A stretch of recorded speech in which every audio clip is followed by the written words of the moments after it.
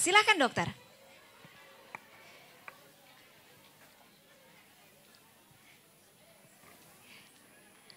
Oke, Ibu berikan tepuk tangan dulu untuk Dokter Yulia Wiguno yang sudah hadir pada pagi hari ini. Selamat pagi dokter. Boleh dipakai mic-nya? Ya, selamat pagi. Selamat pagi. Bisa lebih keras dokter? Iya, pagi. Pagi.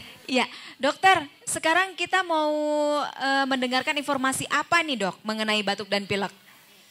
Mungkin yang saya akan jabarkan adalah apa sih batuk, apa itu pilek, dan bagaimana cara pertolongan di rumah. Betul, karena penyakit batuk dan pilek itu penyakit yang paling sering ada. Betul. Ya. Dan tadi seperti Mbak bilang kan sekarang cuacanya sedang tidak menentu ya Mbak. Betul. Ya? Jadi batuk pilek itu ya saat ini penyakit paling banyak di poliklinik.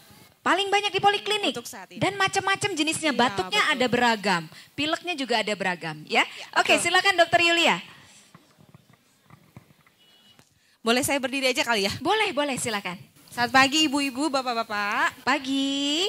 Mungkin yang akan saya ulas di sini tidak terlalu mendetil. Saya hanya mau share aja apa sih itu batuk, apa itu pilek, dan bagaimana batuk seperti apa yang Bapak Ibu masih bisa tangani di rumah dan belum harus ke dokter gitu ya. Oke. Apa itu batuk? Batuk itu sebenarnya adalah suatu refleks tubuh. Jadi suatu reaksi yang normal dari tubuh untuk mengeluarkan sesuatu benda asing. Benda asing itu dapat berupa lendir yang diproduksi oleh saluran pernafasan ataupun benda asing dari luar, debu misalkan. Itu batuk. Jadi sebenarnya batuk tuh normal, suatu hal yang normal. Yang nggak normal tuh ya kalau misalkan batuknya terus-menerus sampai anaknya sesak, itu yang nggak normal. Ya. Ini sekilas aja ya Bu ya. Saya bawa gambar yang namanya gambar saluran pernafasan. Kurang keras ya. Gambar saluran pernafasan. Saluran pernafasan itu dimulai dari hidung Ibu, berakhir ke paru-paru.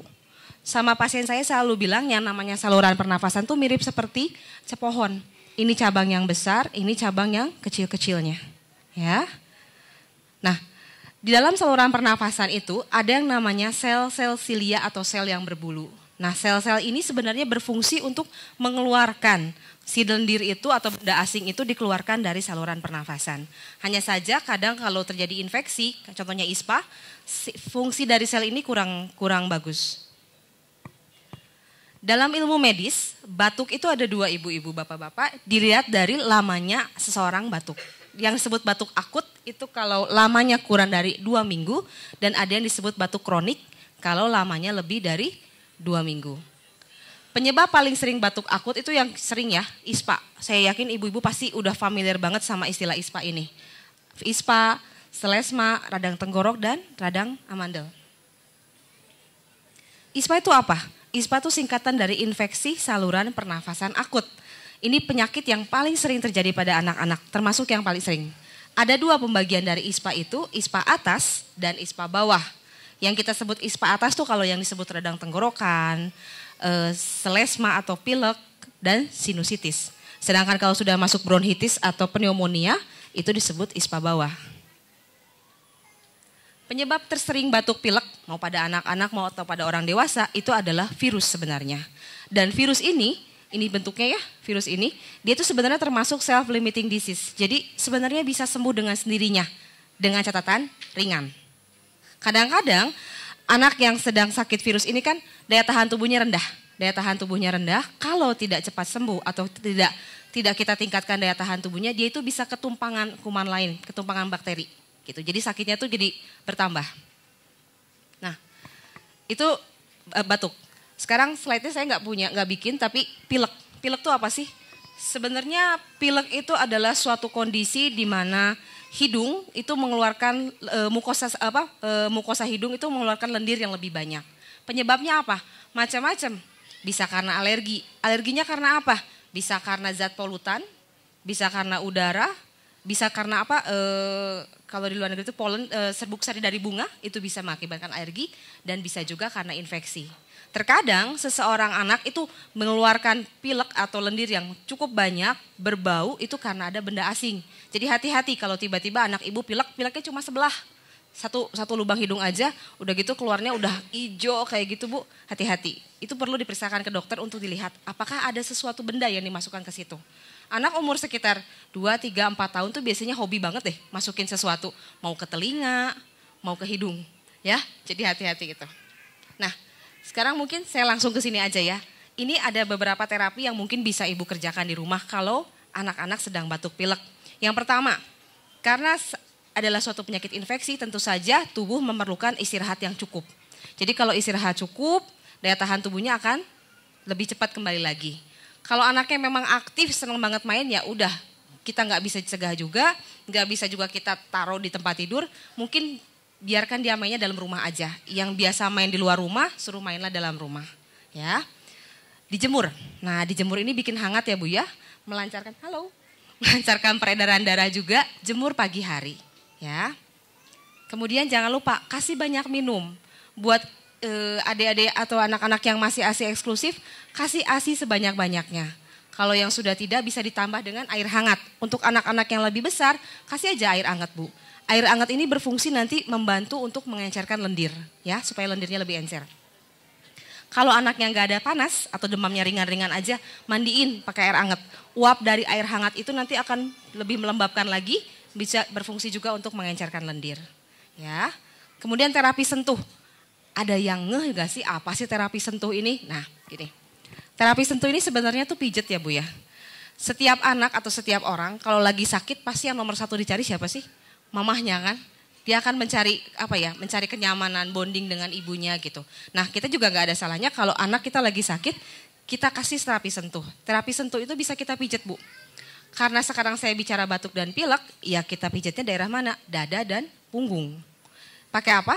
Pakai sesuatu obat yang bisa mengeluarkan uap. Minyak telon itu bisa. Balsem. Cari balsem itu yang tidak mengakibatkan dingin. Kebanyakan balsem, apalagi balsem buat orang dewasa kan kalau udah angetnya hilang, jadi dingin ya. Nah, cari balsem yang tetap hangat. Dipijatnya gimana?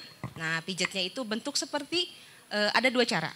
Yang pertama Ibu bisa bentuk seperti hati dari bawah ke atas, itu di dada dan di punggung, atau bentuk huruf L Bu, dari atas ke bawah. Gitu aja. Itu bisa lakukan sampai 4-6 kali sehari, mangga silakan. Ya.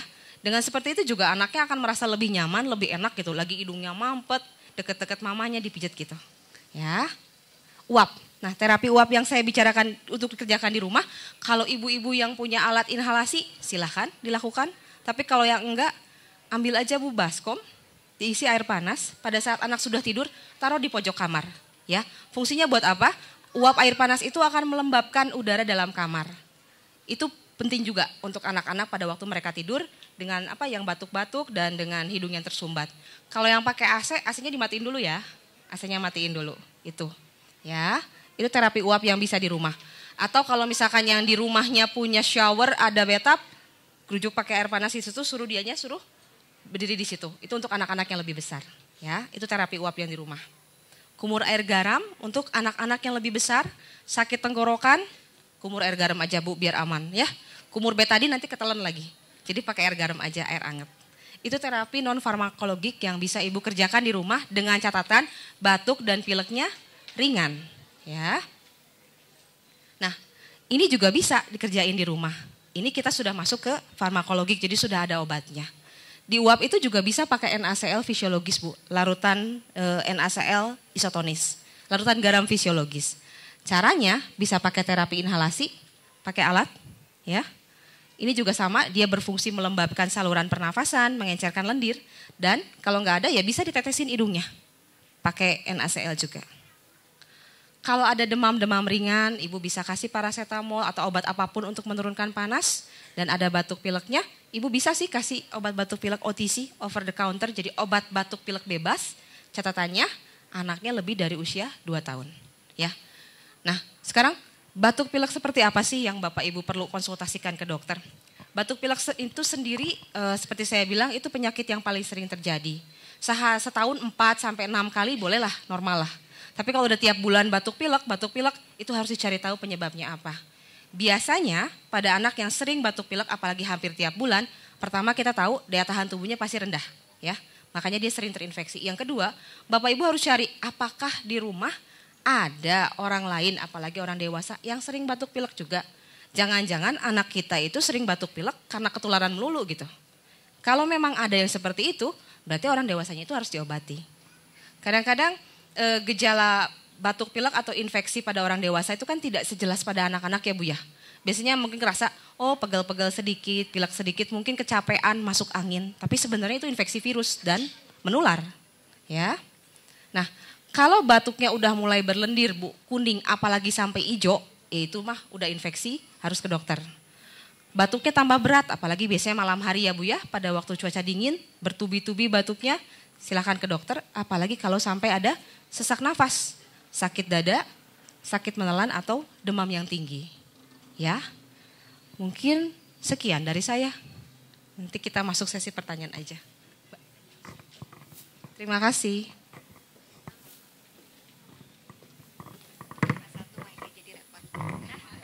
Oke, Dokter Yulia sudah memberikan kilasan mengenai penyakit batuk dan pilek. Untuk itu dokter kita mau memberikan satu kesempatan untuk 3 orang yang mau bertanya. Ya, pegang yang ini saja dok. Oke. Iya boleh. Ada yang mau bertanya? Saya buka 3 orang. 1 dari sini, 2 dari sebelah kanan, dan 3 dari sebelah kiri. Oke, yang tengah dulu. Ibu, sebutkan nama dan anak usia berapa tahun? Nama saya Ibu Eti, anak saya umur 4 tahun.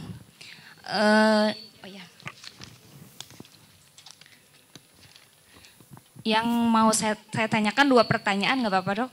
Silakan. Yang pertama gini, kan anak usia 4 tahun itu sudah ada yang bersekolah ya dok. Dan kalau flu itu termasuk penyakit menular. Nah, kalau misalnya gini, teman-temannya flu nih ya, anak itu kan di pencegahannya biasanya diberikan vitamin ya. Kalau pemberian vitamin secara terus-menerus gitu ya, karena kita takut ketularan nih sama anak yang lain, itu bagaimana, boleh atau tidak? Terus yang kedua untuk yang bayi ya, kadang flu itu ya suka ada yang ke telinga ya dok ya. Itu kenapa dan gimana pengobatannya gitu ya dok. Itu aja, sekian, terima kasih. Oke, langsung dijawab dokter. Oke, biar boleh. tidak lupa pertanyaannya. Baik, Kedengeran ya Bu ya suara saya ya? Kedengeran ya? terdengar Bu? Nah, oke, kalau yang untuk multivitamin apakah bisa diberikan seterusnya, terus menerus? Kalau hanya multivitamin saja itu boleh ya Bu ya. Jadi multivitamin itu kan sebenarnya hanya tambahan saja. Dalam makanan yang dimakan setiap hari juga memang sudah ada sebenarnya vitamin. Hanya tergantung cara kita memasaknya. Kalau masak terlalu matang, mungkin vitaminnya juga hilang gitu. Jadi ditambah multivitamin itu nggak masalah. Yang masalah adalah kalau yang ibu kasih itu suatu imunomodulator. Sekarang kan lagi musim banget nih. Untuk meningkatkan daya tahan tubuh kita kasih imunomodulator untuk meningkatkan imunitas. Saya susah untuk nyebut merek tapi pokoknya ini bukan multivitamin, ini imunomodulator. Nah, imunomodulator ini dia mempunyai fungsi mendongkrak atau menstimulasi imunitas tubuh. Tapi dia ini ada batas waktunya Ibu kalau imunomodulator. Maksimal Ibu minum berturut-turut itu hanya sekitar 6 sampai 8 minggu. Karena dia fungsinya itu mendongkrak imunitas. Setelah 8 minggu imunitas tubuh tuh gini, datar. Jadi percuma kalau dikasih juga. Dia butuh waktu untuk beristirahat. Kalau multivitamin saja silahkan. Mau lagi sakit, sehat, boleh dikasih. Ya. Untuk bayi, sebenarnya bukan hanya bayi saja, tapi setiap orang bisa itu, terutama pada anak-anak. Kenapa? Kalau batuk pilek bisa kena infeksi telinga. Karena antara telinga, hidung, dan tenggorokan itu ada salurannya Bu. Namanya tuba eustachius. Itu tuh selalu terbuka. Infeksi di daerah hidung atau daerah tenggorokan itu bisa menjalar ke telinga. Kalau sampai udah keluar cairan dari telinga, ya harus dibawa ke dokter. Karena itu harus dibersihkan dulu, setelah itu dilihat. Apakah semata-mata infeksinya hanya di bagian luar atau gendang telinganya sudah ada yang lubang gitu loh. Ya, gitu. Oke, gimana Ibu? Sudah cukup puas dengan jawaban dari Dokter Yulia? Cukup, makasih dokter. Oke, 1 pertanyaan, 2 pertanyaan dan jawabannya sudah diberikan. Hadiahnya langsung diberikan dok. Ya asik sekali kan? Iya. Ya. Mendapat konsultasi gratis juga dapat hadiah dari sponsor kita pada hari ini. Silakan. Langsung diberikan. Pertanyaan yang berikutnya akan diajukan oleh Ibu siapa Bu? Ibu Neng Komala. Selamat pagi dok. Pagi Ibu. Saya Ibu Neng Komala. Anak saya umur 5 tahun. Dulu waktu masih di bawah 3 tahun sering terjadi batuk. Terus saya suka suka di terapi penguapan ya Bu. Terus kata dokternya itu harus sampai nangis. Nah harus sampai nangis karena uapnya harus masuk katanya gitu. Secara naluri kan saya nggak tega ya Bu, misalkan anak harus dipaksa nangis gitu. Sedangkan kalau nggak nangis katanya obatnya nggak bakalan masuk. Apa itu suatu solusi yang tepat kalau misalkan anak nanti ujung-ujungnya karena terlalu banyak nangis jadi demam, terus suhu tubuhnya tuh naik dengan sendirinya gitu. Jadi apakah itu solusi yang terbaik? Itu aja. Oke, iya, makasih Bu pertanyaannya. Kalau yang untuk istilah diuap harus sampai nangis, terus terang saya baru dengar sekarang ya Bu ya.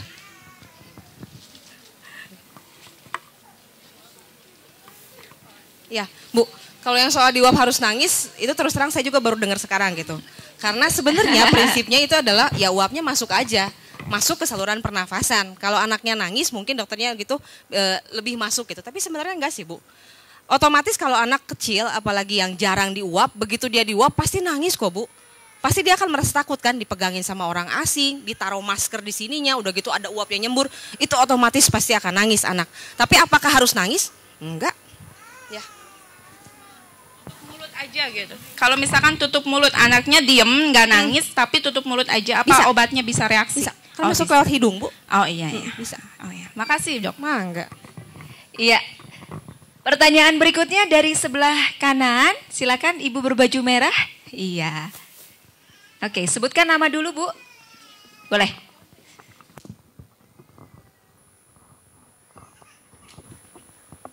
Siang dok. Siap. Yang saya mau nanyain tentang ISPA ya dok ya. Di sini kan ada ISPA atas sama ISPA bawah. Kalau ISPA atas kan mungkin sering menyerang anak cepat gitu. Tapi kalau ISPA bawah mungkin agak lama. Tapi ini kan ISPA bawah itu ada antara lain ada bronkitis dan pneumonia. Jadi itu lebih parah.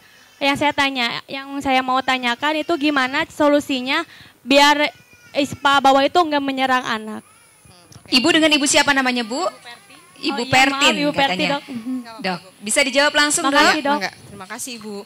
Ya, sebenarnya kalau Ibu bilang ISPA bawah itu jarang, itu enggak juga Bu. Sebenarnya itu banyak sekali. Penyebab kematian kedua terbanyak di Indonesia pada anak-anak itu pneumonia, radang paru-paru. Itu sering sekali.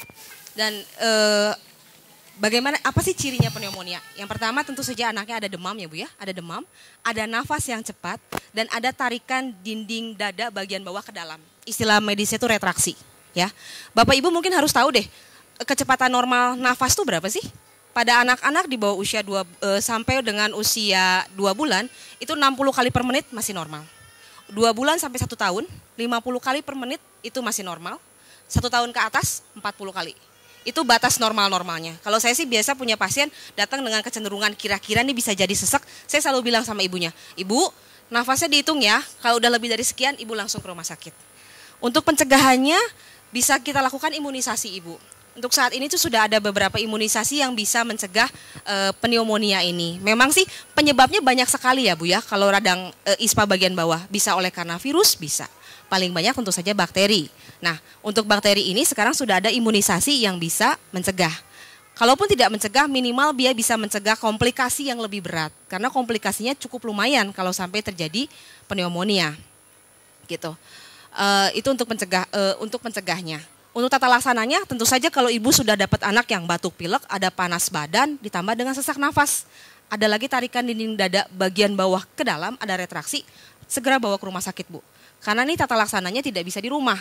Ini biasanya harus dikasih oksigen, dikasih pasang infus anaknya dan dikasih antibiotik Bu. Gitu ya. Oke, gimana Ibu Pertin? Sudah cukup puas Ibu? Cukup. Cukup. Iya, terima kasih Dr. Yulia Wiguno atas kesempatan pada pagi hari ini. Untuk itu kami mohon kepada perwakilan dari Kombipar untuk memberikan hadiah kepada seluruh peserta, tapi nanti ya ketika seluruh peserta akan diumumkan siapa yang menjadi juara lomba mewarnai, lomba foto, dan juga menghias roti. Sekarang giliran Dr. Yulia akan mendapatkan, ya, oke, bingkisan menarik dari Komipar. Kami berikan kesempatan kepada Bapak Hengki untuk memberikan bingkisan menarik kepada Dr. Yulia Wiguno, spesialis anak. Berikan tepuk tangan yang meriah kepada Dr. Yulia. Dokter, terima kasih kesempatan pagi hari ini sudah memberikan informasi yang tentu saja sangat bermanfaat bagi seluruh peserta kita. Iya, terima kasih. Ibu, gimana Ibu presentasi dari Dr. Yulia ini bermanfaat sekali, betul ya? Betul, kita semua jadi banyak tahu. Silakan dokter, boleh duduk. Banyak tahu bahwa penyakit batuk dan pilek itu memang penyakit yang paling sering datang ke rumah kita ya. Entah itu hinggap pada tubuh kita sendiri atau mungkin juga dialami oleh buah hati kita tercinta.